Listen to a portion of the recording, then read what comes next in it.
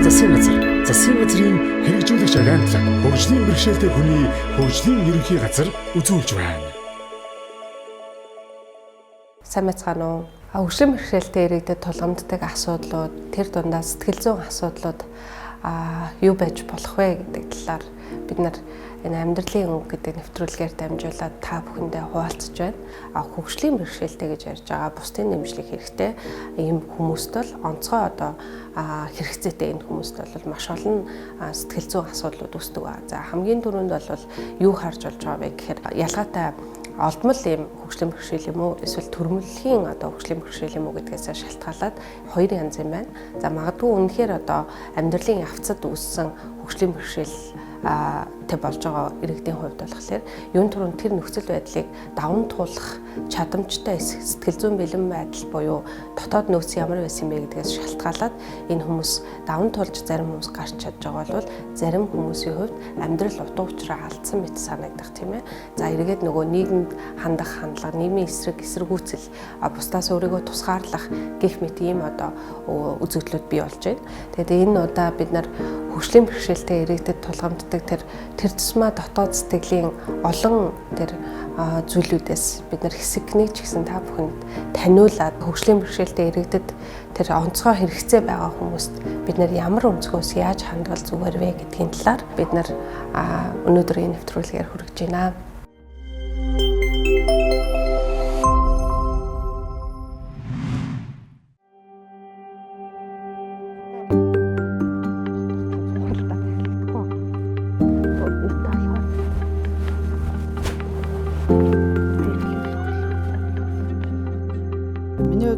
Түгээмэл хөгжил биедээ амьдрах төвд ажилладаг. Мэдээж би ингээд нийгмийн харилцаанд оролцоод ажил хөдөлмөрөөр эрхлэхийн тулд байгууллагаас үзүүлж байгаа надад үзүүлж байгаа тохируулга маань хувийн туслах үйлчилгээний дэмжлэг. Мэдээж ингээд дотор орж ирээд зорчход ямар ч цаадгүй өөрийнхөө бүх зүйлийг ингээд хийх боломжтой орчныг бүрдүүлсэн байгаа. Гэрээсээ гарангуут л нөгөө саадтай учирдаг. Налуу зам, шат довжооноос өсвөлээд ингээд зайлшгүй хүний дэмжлэг шаардлагатай болдог. Тэгэхээр нөгөө гэрийнхэн маань мэдээж бас ингээд ажил хөдөлмөр эрхлэх хэрэгтэй, хичээл сургуульд явах хэрэгтэй. Тэгэхээр нөгөө туслах хүн байхгүй бол би гэрээсээ гарч ажилдаа явах, нийгмийн харилцаанд оролцох гэдэг зүйл маань байхгүй болно.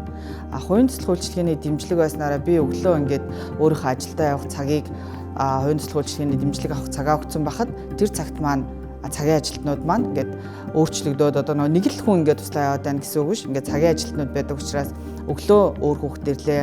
Өдөр би ингээд гадуур ажилдаа болвол бас өөр хүүхэд явах ч юм уу те. Оройн өглөөний явсан хүүхэд маань хичээлээ тараад ингээд цаг авсан байж таарад ирэх ч юм уу. Тийм байдлаар явдаг. Мэдээж ингээд нийтийн тээвэр маань хүртээмжтэй ингээд нон степ болсон. Тийм болохоор мэдээж туслахуудад маань ч гэсэн тэр нь илүү амар шахад зогсоод налуу замыг гаргаад суулгах юм бол хүмүүст төвөгчруулахгүйгээр зорчих боломжтой байгаад байдаг. Гадуур ажилтаа үе зайлшгүй хувийн туслах үйлчилгээ байхгүй болвол гараад л боржуур таарлцсангууд зайлшгүй хүн гуух шаардлагатай болоод байдаг. Тэгэхээр мэдээж ингээд нэг удаа ингээд гуухаар зүгээр байдаг ч гэсэн өдөр алга ингээд гадуур ажилтаа яваад танихгүй хүнээс тусламж хүсээд эсвэл ингээд туслах хүн явахгүй болвол хэцүү байдаг. Тэгэхээр хувийн туслах үйлчилгээ гэдэг маань хөгжлийн бэрхшээлтэй хүмүүсийг нийгмийн харилцаанд оролцох ингээд бүрэн дүүрэн оролцож амьдрах боломжийг хангаж өгж байгаа үйлчилгээ. Тэгээд хүн хоорондын харилцаа тэрэнд маш чухал байдаг учраас хөгжлийн бэрхшээлтэй хүмүүсээ бид нар ингээд намайг жишээлбэл ажилд ороход peer counseling үйлчилгээг аягүй хийдэг гэсэн. Яагаад тэгэхээр би ингээд тухайн туслах ажилтнтай шууд ингээд нүүр тулж харилцсан. Бид хоёрын хооронд харилцаа үүснэ. Би ингээд өөрийнхөө нэг сэтгэл зүйн байдлыг хянах тухайн хүнтэй харилцаа үүсгэхдээ анхаарахгүй болвол би ингээд бухимдалтай ууртай байгаа тухайн хүүхэд рүү ингээд өөрийнхөө тэр бухимдлыг гаргаж магадгүй. Тэгэхээр peer counseling зөвлөлдөх үйлчилгээ маань тухайн хөгжлийн бэрхшээлтэй хүнтэй ажил хөдөлмөрт оруулахын тулд тулгарч байгаа асуудлууд юу байгаа юм бэ? Тэрнийг шийдвэрлэх гарц гаргалгаа нь юу байгаа вэ гэдгийг ингээд зөвлөлдөх маягаар зааж сургах, зөвлөлдөх маягаар ярилцдаг учраас би өөрийгөө таних, өөрийнхөө бэрхшээлтэй тасан зохицох тэрнийг ингээд тусламж шаардлагатай зүйлээ хүмүүст ойлгуулах гэдэг зүйлсээ аягүй сайн суралцаж энэ байгууллагад ингээд ажилладаг болсон. 144-р зүйл хөгжлийн бэрхшээлтэй хүний хөдөлмөр эрхлэлт. 144-ийн 1 ажил олгогч хөгжлийн бэрхшээлтэй хүнийг хөгжлийн бэрхшээлтэй хүний эрхийн тухай хуульд заасан тохирох хэрэглэгдэхүүнээр хангах замаар хөдөлмөр эрхлэх боломжоор хангах үүрэгтэй. би ингээд ажил хөдөлмөр эрхлэхгүй байх юм бол мэдээж ингээ манай гэрт одоо заавал хин нэгэн хүн намайг ингээд хараад те асраад байх шаардлагатай байдаг. Тэгэхээр амжиргааны түвшин ингээд доогуур түвшин рүү орж эхэлдэг. Хувийн цэцлэг үйлчилгээний дэмжлэг авснаар ингээд би өөрөө ажил хөдөлмөр эрхэлж байна. Надад тусламж үзүүлдэг байсан гэрийнхэн маань ингээд өөрсдийнхөө хийх ёстой ажлыг хийгээд сурч боловсроод явчингууд гэр бүлийн нөө өрхийн амжиргааны түвшин дээрддэг, дээшилдэг. Тэгээ дээрэс нь одоо нөө гэр бүлийн уур амьсгал хүртэл гэд шал өөр болж эхэлдэг. Яг л өмнө гэмтгээс өмнө ямар байсан яг тэрнтэй буцаад хэвийн байдалд ордог. Тэгээ дээрэс нь хувийн цэцлэг ажилтнууд маань миний сонголт шийдвэр хоёрт огт нөлөөлөхгүй учраас би яг өөрийнхөө хүснээр ингээд ямар хувцс өмсмөр байна те юу идмээр байна гэдгээ ингээд хийдэг учраас би гэдэг бие хүн гэдгээ мэдрэх боломжийг олгодог. Тэгээ дээрэс нь оюутан залуусд маань бас айгүй том боломж юм. Өөрсдийнхөө боломжтой цагаар ингээд туслахын ажиллаа хийн. Дээрэс нь ингээд туслахууд маань ингээд хүний эрхийн мэдрэмж айгүй өндөртэй болдог. Яагаад тэгэхээр ялгуурлан гадуурхалт гэдэг зүйл айгүй их байгаад байдаг. Тэгэхэд манай цагийн ажил хийдэг хүүхдүүд бол хүнийг те гадна өнгө үзэмж, хөгжлийн бэрхшээлийн онцлог ялгаа ямар нэг зүйлсээр ялгуурлан гадуурхахгүй хүнтэй хүн гэдэг өнцгөөс нь харьцах ийм 100% хүний эрхийн мэдлэгтэй залуучууд болтгоо. Хувийн цэцлэг ажилтан гэдэг маань хүн хоорондын харилцаанд суурилсан хөгжлийн бэрхшээлтэй хүмүүсийг ажил хөдөлмөр эрхлэхэд дэмжлэг үзүүлэх манай улсад шинээр ингээд нэвтэрч байгаа тохируулгын нэг хэлбэр юм аа. Хөгжлийн бэрхшээлтэй хүмүүсийг хөдөлмөрт бэлтгэхийн тулд сурч боловсрох хэрэгтэй байна. Мэдлэг мэрэгжилтэй болох хэрэгтэй байна. Тухайн хүнийг бэлтгэх хэрэгтэй байна. Тэгэнгүүт ингээд ажил олгогч нь тохируулгаар хангана гэдгийгдсэн байгаа нь одоо зөвхөн нөгөө бит байдлаар харагдах налуу зам гэж ойлгох биш. Тохируулга гэхээр тухайн хүнтэй ингээд сэтгэл зүйн зөвлөлт ярилцлага хийх те ажил хөдөлмөр эрхлэлт нь бэлтгэх тухайн иргэнийг ажилд авж байгаа байгууллагуудтай байгууллагын ажилчидтай бас нөгөө тухайн хүний онцлог ялгаа нь юу юм бэ гэдгийг ойлгуулсан ярилцлага хийх. Тэгээд тухайн хүний хөгжлийн бэрхшээлийн онцлог ялгаанд тохирсон одоо нэмэлт хэрэглэгдэхүүн жишээлбэл одоо энэ ширээний өндөр одоо ингээд тэрэгцэртэй би ингээд доогуур нороо суугаад ажиллаа хийхэд ямар ч асуудалгүй байхаар ингээд тохируулсан байгаа. Тэгэхээр бит байдлаар харагдах одоо тохируулгууд маань 0-өрөөний нэмэлт бариулч юм уу те тухайн хүнд яг үйлдэлээ хийхэд ямар тохируулах хэрэгтэй байгаа гэдгүүдийг бэлтгэж өгөхөөс гадна peer counseling буюу зөвлөлдөх уулзалт биедээ амьдрахад дэмжих ойлголтыг өгөх хөтөлбөрүүд мөн мэдээж хувийн туслах үйлчилгээ гэдэг зүйл маань одоо энэ чухлаар орж ирсэн байгаа. Үйлчилгээ авж байгаа хөгжлийн бэрхшээлтэй хүмүүс маань ч гэсэн хувийн туслах ажилтнтайгаа яаж ажиллах вэ гэдэг гэрээг хийн. Хувийн туслах ажилтнанд маань эрх үүрэг гэж байгаа шүү дээ. Тэрнтэй ялгаагүй хөгжлийн бэрхшээлтэй хүмүүс маань ч гэсэн эрх үүрэг гэж байгаа. Тэгэхээр тухайн хүнтэйгээ яаж харилцах вэ те? Асуудал гарах юм бол яаж зохицуулах вэ гэдэг зүйлсээ бас гэрээ хийж баталгаажуулдаг. Энэ хоёр хүнийг хооронд нь холбодог зохицуулагчийн алба гэдэг зүйл маань одоо хувийн туслах ажилтны завтай цагийг аваад одоо ингээд амралтын өдөр хагас өдөр болгоо ингээд хувийн туслах ажилтны өмнөх дараагийн 7 хоногийнхоо хичээлийн хуваарийг хараад ч юм ажлын хуваарийг хараад за би нэгтгэн ороо завтай те 5 дахь өдөр завтай гэж цагаа явуулах юм бол би ингээд хагас өдөр бас эх 7 хоногийнхоо хуваарийг гаргаад зохицуулагч руугаа явуулна. Тэгэхэд тухайн одоо ингээд завтай цагууд нь таарч байгаа хүүхдийг над дээр ингээд тавьснараа одоо нэг би заавал тэр хүнээр л туслуулнаа те туслах ажилтангаас зөвхөн би тэрнгээр л туслуулнаа гэсэн тийм зүйл байхгүй. Ямар ч бэрхшээлтэй хүн дээр цагийн ажил хийж магадгүй над дээр ямар ч туслах ажилд ирж магадгүй. Ингэснээр нэг олон хүмүүстэй харилцаж сурна, олон хүмүүст өөрийгөө ингээ ойлгуулж сурдаг. 144 дугаар зүйл хөгжлийн бэрхшээлтэй хүний хөдөлмөр эрхлэлт. 144-ийн 6. Ажил олгогч энэ хуулийн 144-ийн 1-д заасан тохирох хэрэглэгдэхүүнээр хангахгүйгээр хөгжлийн бэрхшээлтэй хүний хөдөлмөр эрхлэлтийн харилцааг дуусгуур болгохыг хориглов.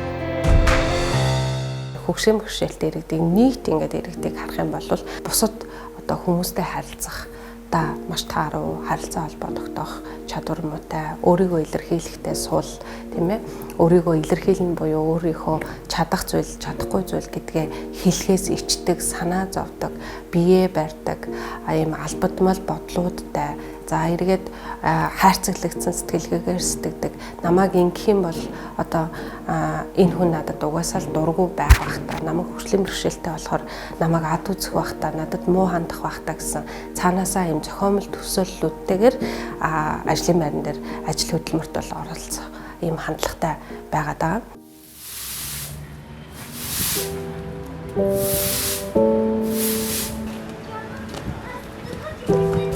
Манай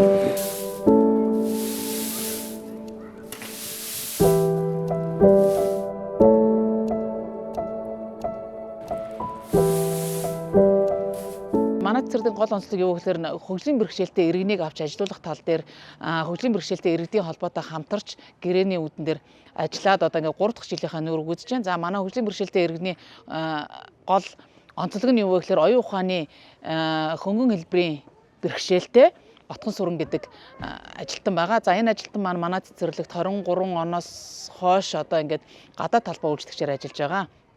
За анх Отхон сүрэнг бол хөгжлийн бэрхшээлтэй иргэн тус байгууллагт ирээд ажиллахад бол манай цэцэрлэгийн хамт олон эхлээд бол баяртайгаар хүлээж аваагүй. Яагаад гэхээр ийм хөгжлийн бэрхшээлтэй ялангуяа ийм оюуны бэрхшээлтэй хүн тэг гадаад талбай үйлчлэгч хийх, цэвэрлэгээ үйлчлэгээ хийх тал дээр бол одоо яах болдог гэсэн ийм эргэлзээтэй байсан. За гэвч Отхон сүрэн маань ажиллаж эхэлсэн өдрөөсөө эхлээд эхлээд ажиллахад бодол жоохон хүндрэлтэй байсан. Яагаад гэхээр нөгөө хүний хэлсэн ярьсныг бодоод маш сайн ойлгохгүй өмнө нь хамт олон дотор бол ажиллаж байгаагүй юм хүүхэд байсан. За тэгээд яг хамтраад ажиллаад ажлын яг нэг мөр заагаад өгөхөр бол яг заасан ажлыг хийдэг байсан. За чи яг энэ хэсгийн талбайг цэвэрлэх тэрсгээл цэвэрлждэг. Хажууд нөгөө том хогорогдож гэнэ ундааны сав байна уу авдаггүй нэг юм байсан. За тэгээ яг хийгсэн ажлыг хийдэг байж байгаа. За жил орчим болоод ирсэн чинь сүүлдээ өөрөө ажилдаа дадлагжаад сураад тий өөрийнхөө хариуцсан талбайг бол хинээр ч хэлэлгүйгээр маш сайхан цэвэрлээд ингээд аваа явдаг болсон байгаа. Отхон сүрэнтэй бид хэд болохоор хөдөлмөрийн гэрээний хөнгөлтөө нөхцөөр ажилладаг. Яагаад тэгэхээр энэ хүн маань нөгөө бэрхшээлийн онцгоос шалтгаалаад холоос ирж очих автобус унаагаар явхад бол жоохон асуудалтай хүндрэлтэй байдаг учраас богиносгосон цагийн ийм ажлын гэрээтэй ажилладаг байгаа. За тэгээ богиносгосон цагийн ажлын гэрээтэй гэдэг маань юу вэ гэхээр өглөө эрт биш 10 цаг үед ирнэ ажил дээрээ. За тэгээ 15 цаг гээд ажиллаад дуусгаад ингээ явдаг. За энэ хугацаанд бол өөрөө хийх ёстой үүрэгтэй ажил бол маш сайн хийж гүйцэтгэдэг. За тэгээ хамт олонны дунд ямар нөлөөтэй байна вэ гэхээр одоо анх эрэгт нь бол хөгжлийн бэрхшээлтэй эрэгтэй ажиллах гэдгийг бол манайхан бол яг би эрэгтний бэрхшээлтэй хүмүүстэй бол ажиллаж байгаа. Гэхдээ яг юм оюун ухааны бэрхшээл гэхээр арай өөр бодоод ирнэ шүү дээ тий. За тэгээд энэ яагаад ажиллаад ихэдэнгүүд хамт олонны уур амьсгал өөр болсон. Энэ хүмүүс чинь бас энэ бид нартай хамт яг л адилхан ажилдаг, адилхан сэтгэдэг те. Гал онцлог нь юу вэ гэхээр зүгээр бүтээмж нь жоохон удаан, ажлын юм ажиллах юм хурдан жоохон удаан юм байна. Тэрнээс биш яг хийх ёстой ажлаа хийдэг. Хамгийн гол нөгөө хийх ёстой ажлынх нь гол юм онцлог нь юу гэхээр маш сайн гүйцэтгэлтэй байдаг. Яг хийх гэсэн юм а яг л маш чанартай ингэж хийдэг. Ийм онцлогтой учраас хамт олондоо маш их хүлээн зөвшөөрөгдсөн, хамт олон маш их таатаа хүлээж авсан. Сүүлдээ Отхон сүрэндээ маш хайртай болсон. Түүнийгээ яавыг өгүүлдэг, асуудаг ийм болж хамт олонны уур амьсгалтаас нэлээд том өөрчлөлт орсон байгаа. Одоо анх орж ирэхдээ бол тийм байсан. Одоо бол үгүй янзын сайхан нийгэмшээд янзын сайхан багш нартайгаа бид нартай ингээ янзын сайхан харьцдаг ингээд их цасмаас орсон үед бид нар өөрсдөө бас тусалдгоо. Манай энэ Сэлэсэр ахтай сүүлийн үед янзын сайхан дотн болоод байгаа. Сэлэсэр ах бас ангиудаар орж юм янзлж барина. Тэгэхээр цуг яваад тэгээ энэ коридор мордорын гэрэл янзлахаар бол шат матын зөөж барьж өгөөд ингээд хоёулаа урнаах их дагуулж яваад энэ тэнгүүр их юм хамжаа дэмжээ авдаг юм байна лээ. Одоо ер нь КД бол орсноогоо бодох нь одоо бол ажилчтай бол янзын сайхан нийтч болоод байгаа юм уу? Анх орж ирэхдээ жоохон нөгөө хамт олонтойгоо сайн танилцж бариагүй болоод жоохон тийм байсан. Яг юм асуувал дуурчаад л тэгээд идэх. Ажлын үед бол зүгээр яг л норонтой ажиллаад хийн. Хүн энийг тусдаад өгөөж ихээр гүүгэж хэлэхгүй. Тийм л хөвгтэй. Отхон сүрэнгийн чинь бараг 50 хүн таньдаг болцсон байгаа ч тий. Гэртээ байсан бол 50 хүн танихгүй шүү дээ. Хүүхдүүд өртөл ингээд тойроо явж яхад отгаахаа гэдэг. Тэр яасан гадар талбайгаа цасаа бүтэн тойруулаад шүртцсэн үү? Тий. Том өгнүүдээ түүсэн үү? Түүсэн. За. Мүсих байна уу? Гайгүйц. Гайгүй. Тий. Даарсан уу? Цэцэн даадлаа. Зузаан хүртгээ яасан. Зузаан хүртгээ яагаад өмсөхгүй байгаа? Би чамд надад өгсөн. Том зузаан хүртгээ. Байгаа. Өмсөх болоогүй юм уу? Намайг Пүрүүжавын Отхон сүрэн гэдэг би одоо 26 настай. Тэгээд би 127 дугаар зэрлэгийн гадна талбайг цэцүүлэгчээр ажилладаг. Анх ажилд ороход нэг юм иддэг байсан. Тэгээд надаа анх ажилд ороход цэцэмээ авчид тэгээд галганы өвч нэртэйгээ цуг ингэж заад өгдөг гэсэн. Тэгээд урнаахтаа бас тэрийг ингээд ийм хийгээрээ одоо бүдийн даад өгöd өөрөөс ч сүлдээ явандаа сураад хийж байгаа. Өмнө ажилгүй ингэж гэтээ нэг юм онцгүй санагдаад гэрт хийх юм айгу баг хийх юм болдгоо. Тэгээ анх ажилд орсож байгаагүй яа гэсэн. Ээлжтэй нэг хэдэн зөрүү өгдөг.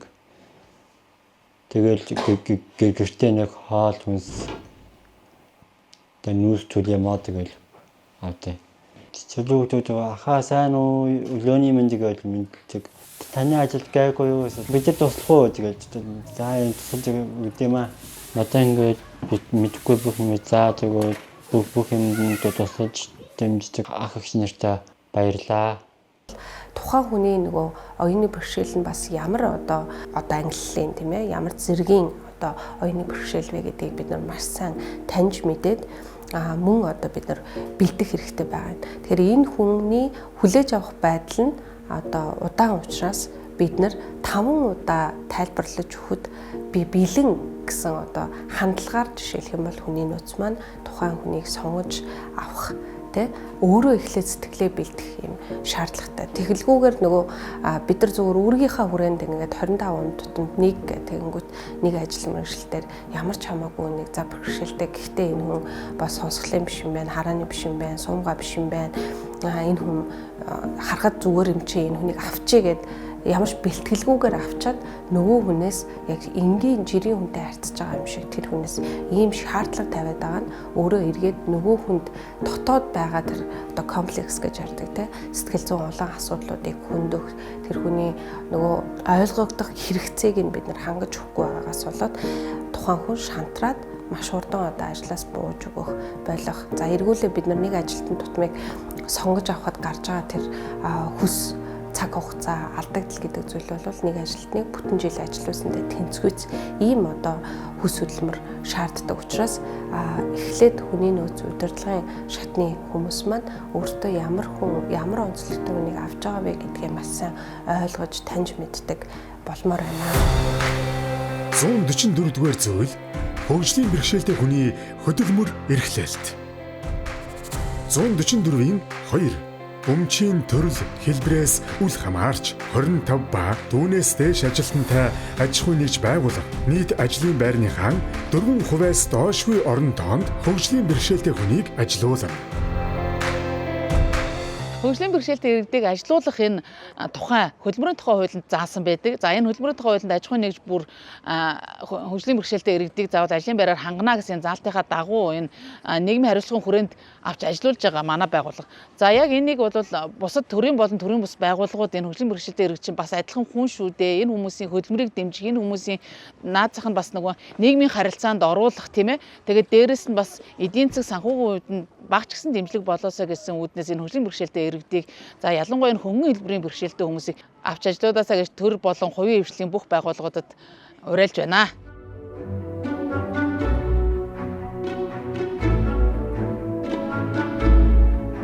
Хамгийн түрүүнд байгууллага нөгөө хөдөлмөрийн аюулгүй байдлын мэргэжилтэн тийм ээ. За дотоод дүрм журамдаа хөгжлийн бэрхшээлтэй иргэнийг ямар байр суурин дээр одоо ямар бэрхшээлтэй иргэнийг авч ажилуулах боломжтой вэ гэдэг тооцооллыг маш сайн хийж бэлдсэн байх хэрэгтэй.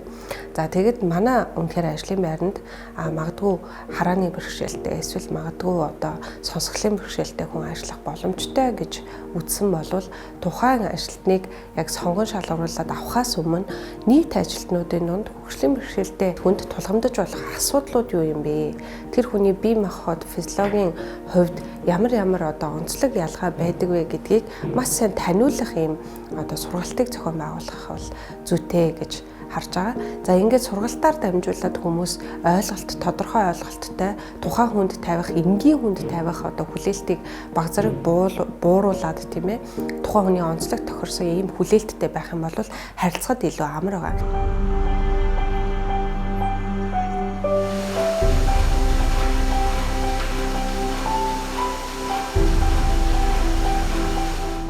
Манай байгууллага нь хөдөлмөрийн тухай хуулийн 144-ийн 2 заасны дагуу хөгжлийн бэрхшээлтэй иргэдийг авч ажилладаг.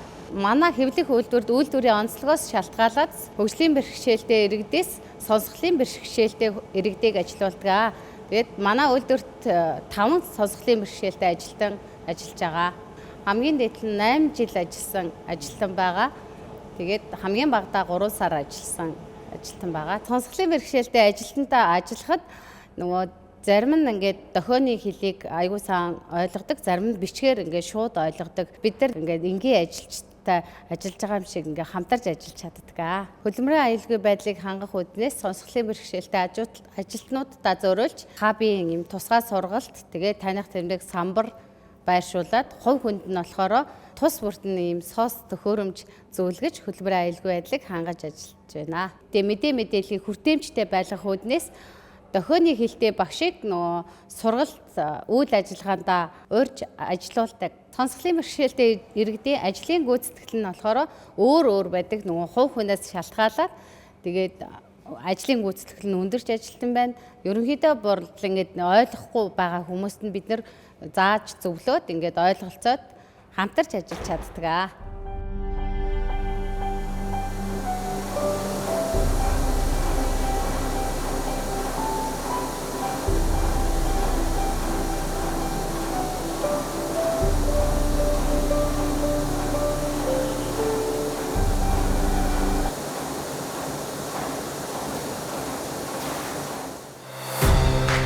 Зуун 44-р зүйл хөгжлийн бэрхшээлтэй хүний хөдөлмөр эрхлэлт. 144-ийн 7 хөгжлийн бэрхшээлтэй хүн тэтгэмж авч байгаа нь түүний цалин хөлсийг бууруулах болон энэ хуульд заасан бусад эрхийг хязгаарлах үндэслэл болохгүй. Тэгээ мөн одоо биднэрт хүүсийн ялгаатай юм ойлголтууд байгаа. Тэгэхээр эрэгтэй хүнд мэдрэгдэх тэр мэдрэмжүүд, сэтгэл хөдлөлийн асуудлууд, тэр тулгамж байгаа асуудлыг эрэгтэй хүний даван туулах чадвар нэг ондоо, эмэгтэй хүний бас мэдрэх тэр мэдрэмж, сэтгэл зүйн асуудлууд даван туулах чадвар ондоо байгаа. Тэгээ харьцангуй ингээд олон улсын судалгаануудыг харах юм бол эмэгтэйчүүдийн даван туулах чадвар бол маш өндөр байдаг. Нэгдүгээрт, хоёрдугаарт бас эмэгтэйчүүд нэлээд тийм үгийн баялаг ихтэй тийм ээ. Ярьж хэлжээж, ярилцжээж ингээд сэтгэл санаа нь уужирдаг. Ярилцжээж тэрийг хүмүүстэй хамт байна, харьяалагдж гин, ойлгогдож гин гэдэг ийм одоо дотоод ийм мэдрэмжтэй байдаг учраас харьцангуй ингээд эрэгтэй хөгжлийн бэрхшээлтэй иргэдээс илүүтэйгээр эмэгтэйчүүд илүү хөдөлмөр эрхлэх ийм хандлага бол байдаг.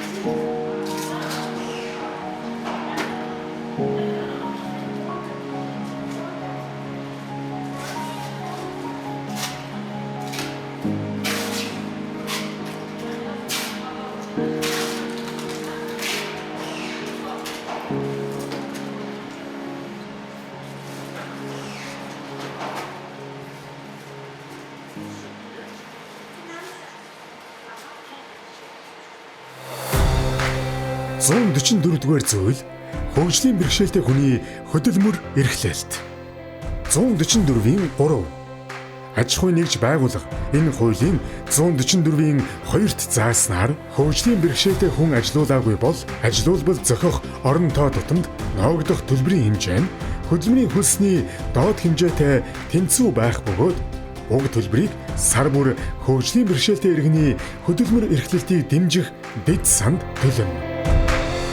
Мөн одоо бид нар гаднаас нь хараад хөгжлийн бэрхшээлтэй гэж ялгаж таних боломжгүй.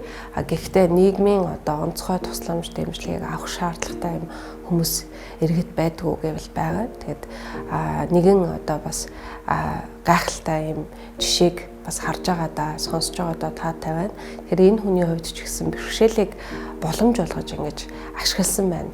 Эргүүлээд тэр бэрхшээлтэд ялагдаад тэр бэрхшээлд цөхрөөд нураад уналгүйгээр би юу хийж чадах вэ? Би үлдсэн энэ амьдралын хугацааг ямар зүйлээр одоо баяр баясгалыг мэдэрч аз жаргалтайгаар өнгөрүүлж болох вэ гэдэг ийм эрэл хайгуул хийсний үндсэн дээр бас амьдралаа эргүүлээд ингээд аз жаргалтай баяр баясгалтай болгоод өмнөх хийжсэн магадгүй ажилласаа ч илүүтэйгээр ийм аз жаргалтай хөдөлмөрийн баяр хөөргийг амсаж байгаа ийм хүн байна. Тэгэхээр яг үүнтэй адилхан бид нар эргүүлээд харах юм бол энэ нийгэмдэр маш олон янзын өнгүүд, маш олон янзын хүмүүс байгаа. Тэгэхээр гаднаасаа харагдах байдал дээр ямар нэгэн дэмжлэг шаардлагагүй надтай л адилхан хүн юм шиг боловч үнэндээ одоо дотооддоо энэ бие физиологийн, биологийн үүднээс мөн сэтгэл зүйн үүднээс янз бүрийн бэрхшээлүүдийг туулж байгаа хүмүүс байдаг.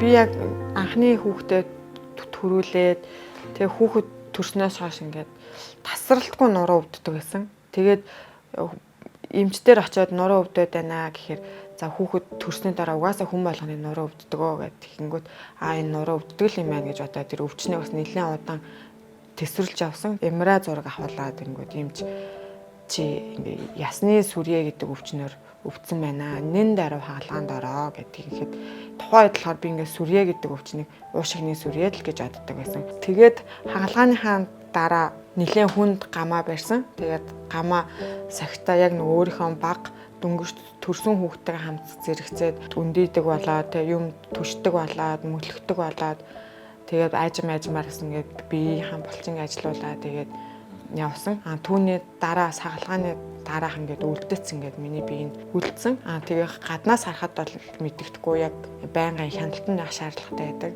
Хөгжлийн бэрхшээл буюу хөдөлмөр чадвар алдартай болсон тэр мэдрэмж бол тухайн үед их хүнд тусч исэн мэдээж амьдралын хэв маяг өөрчлөгдөж байгаа болохоор би яг өөртөө тохирсон ямар ажил хийж ямар одоо бүтээмж гаргах вэ гэж боддог болсон. Тухайн үед ямар ч тархинд юу хийх үү гэдэг бодол ерөөсөө оржгүй ингээл нэг л өвдсөн хавцсан гэсэн мэдрэмж аваад байсан.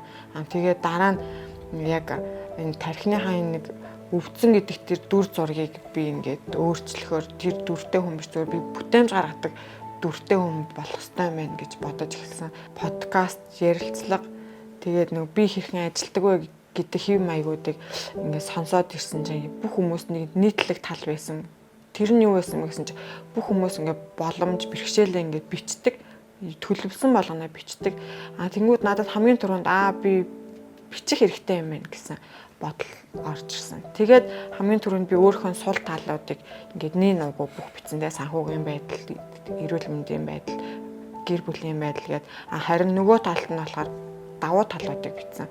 Боломж миний үндсэн мэрэгжил тэгээ манай гэр бүлийн хүний бас мэрэгжил.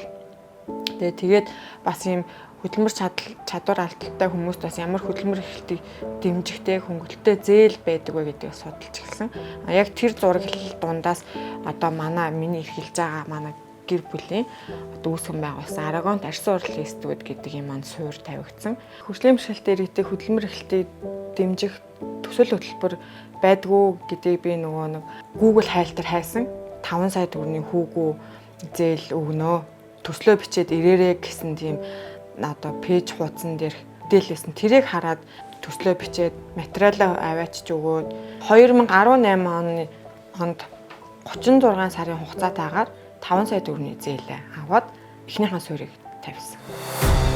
144 дугаар зүйл хөгжлийн бэрхшээлтэй хүний хөдөлмөр эрхлэлт. 144-ийн 4 хөгжлийн бэрхшээлтэй хүний болон хөгжлийн бэрхшээлтэй гэр бүлийн гишүүнээ гэртээ асарч байгаа хүний үйлдвэрлэсэн бараа, бүтээгдэхүүн, ажил үйлчлэгийг гэрээгээр байнга худалдан авах зэргээр тэдний үйл ажиллагаанд дэмжлэг үзүүлсэн ажил олгогчийг энэ хуулийн 144-ийн 3-т заасан төлбөрөөс чөлөөлж эсвэл хөнгөлж болно. Зөв газараа зөв цагтаа зөв хүндээ хүрсэн зээл гэж харж байгаа. Яг тэр зээлийн хүүгүү зээлийн үндсэн дээр манай урлаган бол оршин тогтносон. Одоо бол манайхаас тусгай хэрэгцээт хүүхдтэй одоо ээжийг бас цавьаар ажилуулдаг те. Тэгээ бас нэг аутисттэй бас нэг 18 настай дүүгээ бас нэгээд нийгэмшүүлэхийн тулд ингээд бас хөдөлмөр эрхлэлтийг дэмжиж ажилуулдаг. Тэнгүүд хөдөлмөр чадвар алгалтай хүмүүсүүдийн нэг давуу тал нь хэм бол айгүй тийм юмд чин сэтгэлээс үнэн ханддаг. Надад ер нь хамгийн их дэмжлэг болсон хүмүүс бол гэр болол мэдээж нэн тэр үнд дэмжлдэг болсон нөхөр маань, аав ээж маань, хүүхдүүд маань дэмжлэг басаа. Гэхдээ яг намаа ингээд юм хийхэд маань ингээд хийхийг маань дэмжиж төслийг маань бас ингээд хүлээн зөвшөөрөөд хөгжлийн бэрхшээлтэй хүмүүс зориулсан тэр зээл тусламж нь илүү их тийм урам зориг өгсөн. Яагаад гэвэл намаа хий гэж яхад чи яг хий гэж ингээд арай илүү хөнгөлтөөр хүүгүүгээр ч юм уу зээл олгодог. Энэ нь болохоор намайг надад хийх бүтээх тийм урам зориг өгсөн. Банкнаас очиод зээл авахд болохоор аюул өндөр шаардлагатай. Яг нэг үг хэлгээд би яг улсаас амар их урам зориг авдаг. Намайг ингээд те би нөгөө магистрт нөгөө магистртаа сурсан байхгүй юу? Сурж байгаа одоо тэгэнгүүт би ингээд бодоод миний ингээд сургалтын төлбөрийг хэн төлөх, хинч төлөхгүй байхад ингээд улс төлж чинь. Тийм болохоор би ингээд амар өөрөөсөө шалтгаасан бүх юм амар хий гэх нэг тийм их оронч бодлоо айгүйх гэж харж ирсэн.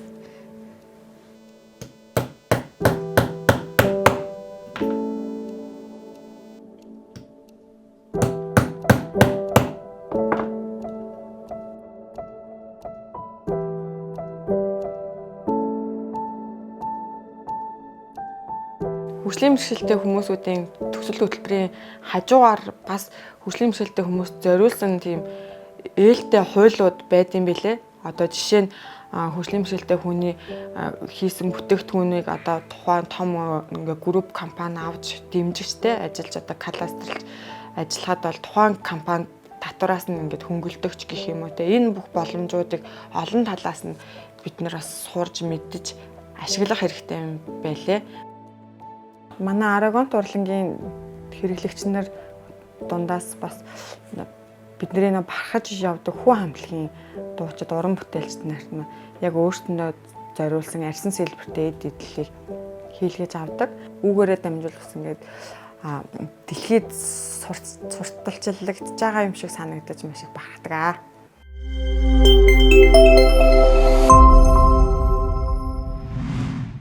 Тэгээ хөгжлийн бэрхшээлтэй иргэдийг бас асарч халамжилж байгаа хүмүүс байгаа. Тэгэхээр энэ хүмүүстээс маш их сэтгэлийн тэнхээ, маш их төвчээр нөгөө тагвар маш их урам зориг одоо тий итгэл үнэмшил ингээ шаарддаг. Тэгээд дотоод итгэл үнэмшил гэж ярьдаг. Энэ бол ямар нэгэн шишин шүтлэгтэй холбоогүйгээр дотоод альваа тулгарж байгаа асуудлыг би даван туулж чаднаа, би ард нь гарнаа гэдэг тийм итгэл үнэмшил хүмүүст байдаг. Тэр итгэл үнэмшил одоо өндөртэй гэх юм уу тийм ээ. Тэр итгэл үнэмшил бат байгаа хүмүүс хөгжлийн бэрхшээлтэй иргэдтэй яг хасраад, халамжлаад амьдрах юм тэнхээтэй байдаг юм болоо да гэж хөндлөнгөөс ингэж хардаг байгаа.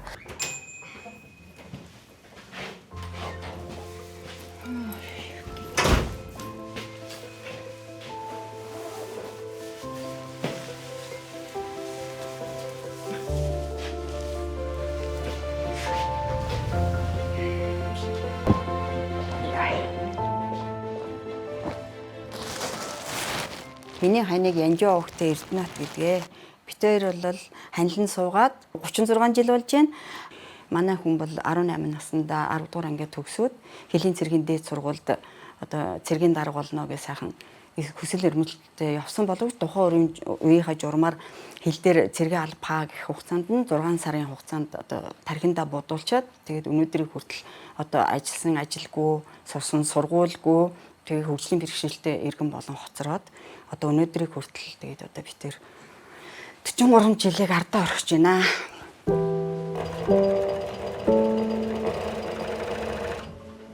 Миний ханы онш нь бол гэмтлийн дараах тархины эдийн өвчлөлт бүлгүүсээс доошх одоо эргэтэн системийн хямралтай болчихсон. Одоо бид тэр өнөөдөр 60 гарсан хүмүүс юунд нь нуух вэ?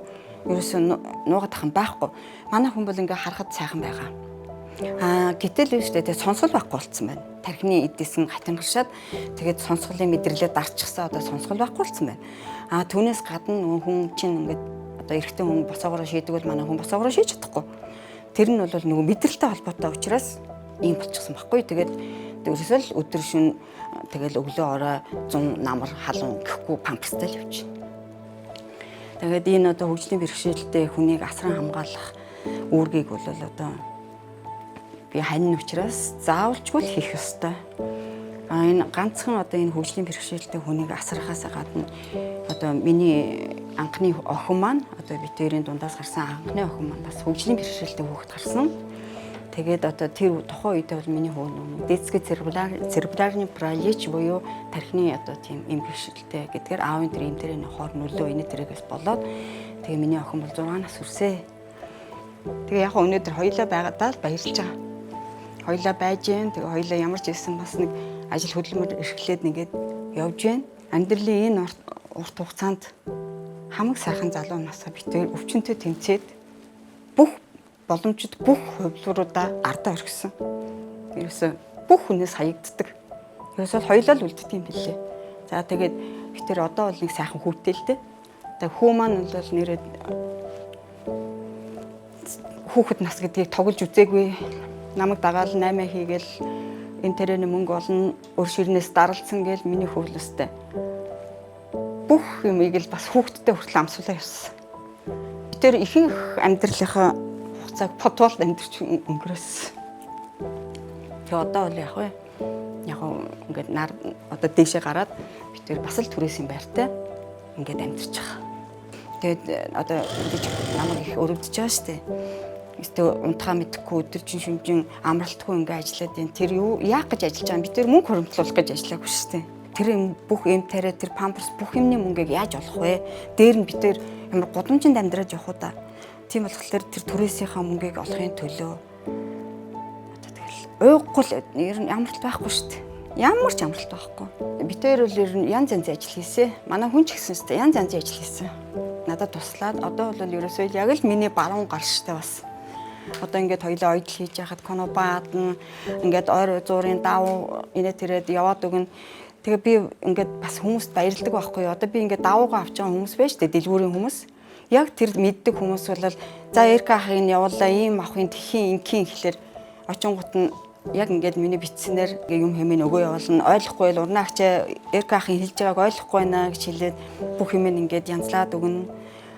Тэгээд тэр ер нь хүн чинь бас хүний буянгаар л бас ингээд өдөд зэрэгтэй явж байгаа шүү дээ. Би битээр 1000 чадaltaй 1000 тэнхээтэй байлаач гэлээ гэсэн тэр сайхан хүрээлж байгаа хүмүүс маань битээр бас ингээд тус болдгоо байсан бол битээр бас ингээд явахад хэцүү.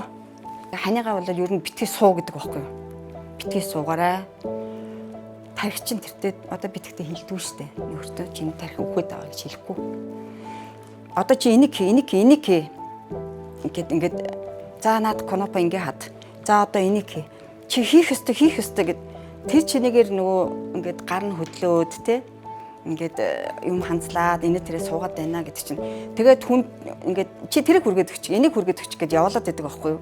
Тэгээ явуулаад байгаа чинь тэр хүн муухай ажилласан ч вэ, сайхан ажилласан ч вэ нийгэмтэй харьцаад байгаа байхгүй да. Тийм учраас би явуулаад байдаг. Эканаш.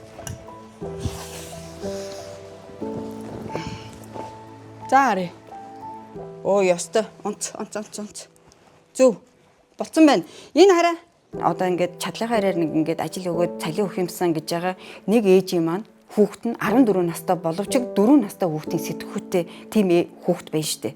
памперс хэрэгтэй болоод идэг. Эсвэл тэр хүний гармаар идэг. Гэтэл гараад ганцаар ингэ явуучих гэхлээр чадахгүй болохоор нөгөө хүнээ дагуулаа явдаг, нөгөө хүн янз янзын үйлдэл гаргадаг. Тэгэхээр нийгэм зарим нэг нь цочирдож айж сухтдаг, зарим нэг нь бол гэсэн байдлаар харцдаг. Энэ бүгдийг чинь харж байгаа ээж, энэ бүгдийг харж байгаа хань, ижил зүгээр л дотроо нурчдаг байхгүй юу? Өнөөдөр хэд би дээд боловсрал эзэмсэн эмч хүн гэхэд би одоо өнөөдөр тэтгэврт гарцсан тий. Гэтэл 395 мянган төгрөгийн халамжийн тэтгэвртэй байхгүй юу би? Одоо ажиллаж байгаа хугацаанд хүүхд өвчтөй, нөхөр өвчтөй гэдэг ингээд чөлөө их авч ирсэн байна л да. Гэтэл миний ажилласан жил энэ тэр юм болохгүй байна. 10 жил ажиллаад би аргагүй энэ хоёрыг авч асарч хамгаалахын тулд юу хийвэл аюу боломжтой болох нь яах нь юу гэд ажилласаа гарчжээ. За тэгээд би өөрөө хуваараа нийгмийн даатгал төлөе гэтэл ямар ч боломжгүй шүү дээ. Би бүр өнөөдөр би энэгээр зарсан юмараа эмийн авъя, талхаа авъя гэж явж исэн юм чи нийгмийн даатгал төлөхтэй мантай байсан. Тэгээ яг би халамжийн тэтгэвэр 395 мянган төгрөг авдаг. Яг энэ байдлаар би яг ингээ хүүхдээ харж байгаа ээж нарыг харахаар одоо нэн ялангуяа энэ нөө ДЦП-тэй хүүхд харж байгаа мэдрэлийн гаралтай, онштой ийм хүмүүсийг асарж байгаа ээж буюу аав нар ямар ч ажил хийх боломжгүй. Тэр хүүхдүүд чи яг өөрийгөө удирдаад аваад явах, өөрийгөө халамжлах тийм ямар ч юм байхгүй гэдэг байхгүй юу? Асран хамгаалагчийг ингээд ажилд авсан тухайн байгууллага яг тухайн нөхцөл байдалтай нь уялдуулаад ажлын нөхцөлийн, ажлын цагийг ингээд тохируулаа гэдэг ингээд хууль заасан байна. Энэ дээр бол одоо харилцан ярилцах хэрэгтэй. Ярилцаад одоо тэгээд ажлыг зохицуулах хэрэгтэй л гэж би бодож байна л да. Би өөрөөрөө болохоор нөө хуурай хөдөлмөр эрхэлдэг болохоор би цаг завыг айгүй сайн зохицуулаад өгч чадж байгаа. 144 дугаар зүйл хөгжлийн бэрхшээлтэй хүний хөдөлмөр эрхлэлт. 144-ийн 8 хөгжлийн бэрхшээлтэй хүнийг асардаг ажилтан хүсэлт гаргасан тохиолдолд ажил олгогч түүнд гэрээсээ, зайнаас бүтэн бус цагаар ажиллах нөхцөлийг бүрдүүлэх боломжит арга хэмжээг авна. Яг одоо жишээлбэл би асран хамгаалагчийг үүднээс тэр оюуны хонцлолтой нэг хүүхэдтэй хүн байна. Нэг нь бол одоо тэр одоо хаалгаанд орох зүрхний өвчтөй тийм хүн байна.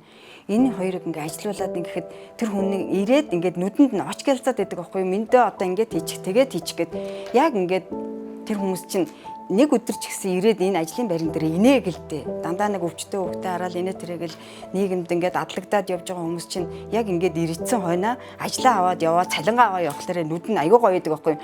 Тэгээ би тэр хүмүүсийн эрхлээр нь бас аягүй зоригжуулах гэж үг хэлдэг байхгүй юу? Минь чадна шүү дээ, аягүй гоё. Хэдүүлээд аваад гарнаа гэдэг үгийг би байнга хэлдэг. Битүүрийн одоо тэр хөгжлийн бэрхшээлтэй болцоод байсан 80 хэдэн он, 90 хэдэн он, 2000 хэдэн он тэ өнөөдрийг хүртэлх хугацаанд нийгэм гэдэг бол аягүй өөр болж байна. Маш их өөрчлөгдөж байна. Одоо энэ 2025 он гэдэг үе дээр бид нар бас арай өөр юм. Би анх удаага одоо хөгжлийн бэрхшээлтэй иргэдийг дэмжих зээл гэдгээрээс би анх удаага зээл авч үзэж шүү дээ. Анх удаага шүү дээ. Энэ олон жилийн хугацаанд ингээд урам өгдөг. Би тэгээд одоо нөө хөгжлийн бэрхшээлтэй хүүхдээ харж байгаа хоёр ээжэд би хэлдэг байхгүй. Ийм боломжууд гараад ирсэн байх шүү. Ингэж яваараа миний дүүнэр. Тэр хүн ингээд би ингээд өчнөө зам туулаа явж байгаад өнөөдөр ингээд хүрсэн бол энэ хүмүүс миний замаар биш дөт замаар нь явах хэрэгтэй байгаа байхгүй юу? Тэрийг би зааж өгч байна. Тэгэхээр тэр хүн хоёр алах байсан бол нэг алхаад очих юм. Тэр нь өөрт нь цаг гарч байгаа байхгүй юу? Ийм сайхан ололттой юмнууд бас байна. Тэрэн дээр нь би одоо бол баярлж байна нэг Тэ? Энэ дээр л одоо тэгэл төр засаг минь хөгжлийн бэрхшээлтэй хүмүүстэйгээ энэ асран хамгаалагч нартайгаа их ойр тутамд ажиллах хэрэгтэй байна шүү л гэдгийг дахин л хэлнэ. 144 дугаар зүйл хөгжлийн бэрхшээлтэй хүний хөдөлмөр эрхлэлт. 144-ийн 5 энэ хуулийн 144-ийн 3-т заасан төлбөрийг хөнгөлөх, чөлөөлөх журмыг засгийн газар батлана. Энэ төлбөрийг гагц хөв хөгжлийн бэрхшээлтэй хүний хөдөлмөр эрхлэлтийг дэмжихэд зарцуулах бөгөөд төлбөр хураалт, зарцуулалт, үр ашигын талаар жил бүр олон нийтэд хэвлэл мэдээллийн хэрэгслээр тайлагнана. За тэгээд энэ олон кейсүүдээр бас энэ олон хүмүүсийн өнцгөр та бүхэнд бид уриалж байгаа. Тэгэхээр хөгжлийн бэрхшээлтэй иргэд гэдэг маань онцгой дэмжлэг хэрэгтэй, тусламж хэрэгтэй гэхээсээ илүүтэйгээр биднээс багахан сэтгэл, биднээс багахан ойлголт, багахан хамтралыг хүсдэг Тийм учраас хүн болгон нийгмээрээ бас улсын төрийн хүмүүс ч гэсэн төрийн өндөрлөг холбогдох бүхий л хүмүүс ойлгож, дэмжиж, багахан хүлээцтэй хандаж тэдний дуулааг сонсдог байгаасай. Тэгээд энэ нэвтрүүлгээр бид та бүхэнд хөгжлийн бэрхшээлтэй иргэдийг дэмжихийг эргүүлээд хөгжлийн бэрхшээлтэй ямар нэгэн дэмжлэг хэрэгтэй нэгэн та байгаа бол өөрийнхөө дуу хоолойг хүргээсэй, өөрийнхөө амьдралаар амьдраасай, өөрөө гарч ирээсэй, өөрт байгаа тэр нөөцөө нээгээсэй гэж уриалж байна.